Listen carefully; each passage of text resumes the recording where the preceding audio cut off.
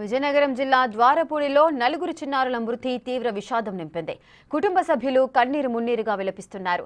అసలు పిల్లలు కారులో ఎందుకు ఎక్కారు, ఎలా ఎక్కారు, కారు డోర్లు ఎందుకు తెరిచున్నాయి, ఏమీ అర్థం కావడం లేదంటున్నారు గ్రామస్తులు. పిల్లలు కనిపించకపోవడంతో ఉదయం నుంచి వెతికిన తల్లిదండ్రులకు కడుపుకోతే మిగిలింది. మరింత సమాచారాన్ని మా ప్రతినిధి శివశంకర్ అందిస్తారు. విజయనగరం జిల్లా విజయనగరం మండలం ద్వారపూడి గ్రామంలో విషాదం చోటు చేసుకుంది. ఒకేసారి నలుగురు చిన్నారు, సుమారు 10 ఏళ్ల లోపు ఉన్నటువంటి నలుగురు చిన్నారులు కూడా ఒకేసారి కారు డోర్ లాగిపడి ఊపిరాడకం వచ్చినటువంటి విషాద సంఘటన చోటు చేసుకుంది. దీనికి సంబంధించి స్థానికులు మనతో ఉన్నారు. అసలు ఏం జరిగింది తెలుసుకునే ప్రయత్నం చేద్దాం. చెప్పండి, అసలు ఏం జరిగింది? సార్ 1:02 ప్రాంతంలో ఒక నలుగురు పిల్లలు కనబడలేదని తల్లిదండ్రులు ఇంటికి రాలేదని చెప్పి ఇంటికి ఈ వేసవిలో ఆడడం వల్ల పిల్ల ఎవడో ఆడుకుంటున్నారు అనుకున్న తర్వాత ఊరంతా తిరగడం నిలకడం స్టార్ట్ అయ్యారు. నిలికిన తర్వాత వర్షం పడిన తర్వాత తీరా చూస్తే వాళ్ళ ఇంటి ముందు కారులోనే వాళ్ళు కారు పార్కింగ్ చేసుకున్నారు. ఆ కారులో పిల్లలు ఆడుకుంటూ ఆ కారు ఎక్కడం జరిగింది.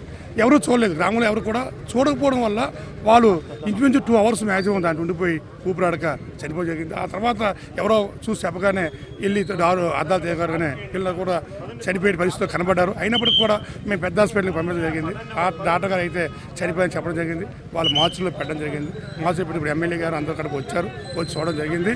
రేపు ఊరంతా కలిపి దుఃఖ శోకంలో ఉంది. నలుగురు చిన్నపిల్లలు, 1, 2, 3వ తరగతి పిల్లలు వాళ్ళు చనిపోయగానే ఊళ్ళో ఎవరు కూడా ఎవరి ఇంట్లో పిల్లలు ఆ బాధను ఎవరు కూడా మరి ఎవరు తెలిసిన అంత ఊరంతా అంత దేనిగా అంత బాధలతో ఊరంతా. ఈ చిన్నారుల యొక్క తల్లిదండ్రులు ఏ వృత్తిలో ఉన్నారు ప్రస్తుతానికి?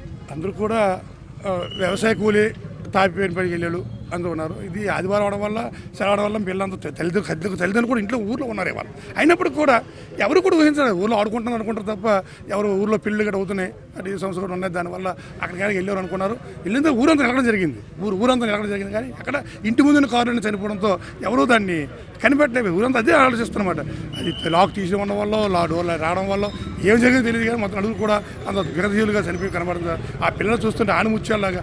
మొన్న కుర్రాడైతే మొన్న సమ్మర్లో ద్వారపూడి గ్రామంలో బాక్సింగ్ నేర్చుకుంటే ఆ కుర్రాడు కూడా బాక్సింగ్ నేర్పులో ఉన్నాడు. మొన్నే మేము అందరికి వెళ్ళి పెద్దందరికి వెళ్ళి ఆ బాక్స్ ఓపెనింగ్కి వెళ్ళాం. ఓపెనింగ్ ఆ కుర్రాడు మాతో ఫోటో తీయడం జరిగింది. ఇవాళ చూస్తుంటే ఆ కుర్రాడు మొన్న 10 రోజుల క్రితం మాతో ఉండి బాక్సింగ్ వెళ్ళి నేను బాక్సింగ్ కొట్టుకొస్తానని చెప్పి మనిషి ఇవాళ చనిపోవడంతో చాలా బాధగా ఉంది. అంత వాడు 18 వార్డు మెంబర్ అబ్బాయి మనోడు. ఎంత ఈ పిల్లలందరూ కలిసి చూస్తుంటే తల్లిదండ్రులు వాళ్ళు చూస్తుంటే ఎక్కడ ఆ లెవెల్ ఆపలేని పరిస్థితి. ఎమ్మెల్యే గారు కూడా చూడడం జరిగింది. వాళ్ళందరినీ పంపించి ఊళ్ళో వెళ్ళిన తర్వాత ఇంకా ఊళ్ళో అంతా ప్రధానంగా కార్ డోర్ అనేది ఓపెన్ చేసి ఉంది. అంటే బయట వాళ్ళదా లేదంటే గ్రామస్తులదేనా కార్? నిన్న ఫంక్షన్ అయింది విశాఖపట్నం దాకా కూడా వచ్చాడు. నిన్న కారులో వచ్చారు. నిన్న వాళ్ళ ఇంట్లో ఇలుసుబులు అయ్యాయి. వాళ్ళ తమ్ముడికి ఇలుసుబులు జరిగితే అక్కడ వచ్చారంట. వచ్చి ఆ కారు అని పెట్టుకోవడం జరిగింది. ఖాళీ ఉంది పెట్టడం జరిగింది. వాళ్ళు కూడా చూడలేదు, ఏమైందో తెలియదు. కారు తీసుకున్న వల్ల వీళ్ళు రాగానే వచ్చి ఉంటుంది. ఈ పిల్లలందరూ ఆడుకొని దాంట్లోకి వెళ్ళి డోర్ వేసుకుని ఆ డోర్ మళ్ళీ తీసుకోలేకపోతే అంతే తప్ప ఇంకెక్కడా ఇటువంటి ఇదేం కాదు. ఆ పిల్లలు ఎక్కి తర్వాత తీసుకోలేకపోవడం జరిగిందని మేము. సరే, మీరు చెప్పండి, ఇంత విషాదం జరిగింది, గ్రామం అంతా కూడా కదిలొచ్చింది, ఏమనిపిస్తుంది ఒకసారి చూస్తుంటే? ఎవరు కూడా తట్టుకోలేకపోతున్నారు సార్. ఇక్కడికి వచ్చిన గ్రామ ప్రజలందరూ కూడా ఊర్లో ఎవరు లేరు, ఇక్కడే ఉన్నారు, హాస్పిటల్లోనే ఉన్నారు. ఎవరు కూడా తట్టుకోలేని సంఘటన. మా గ్రామంలో ఇప్పుడు వరకు ఇటువంటి సంఘటన జరగలేదు సార్. ఆ జరగకపోవడం వల్ల మొత్తం అందరూ కూడా దుఃఖ సముద్రంలో ఉన్నారు.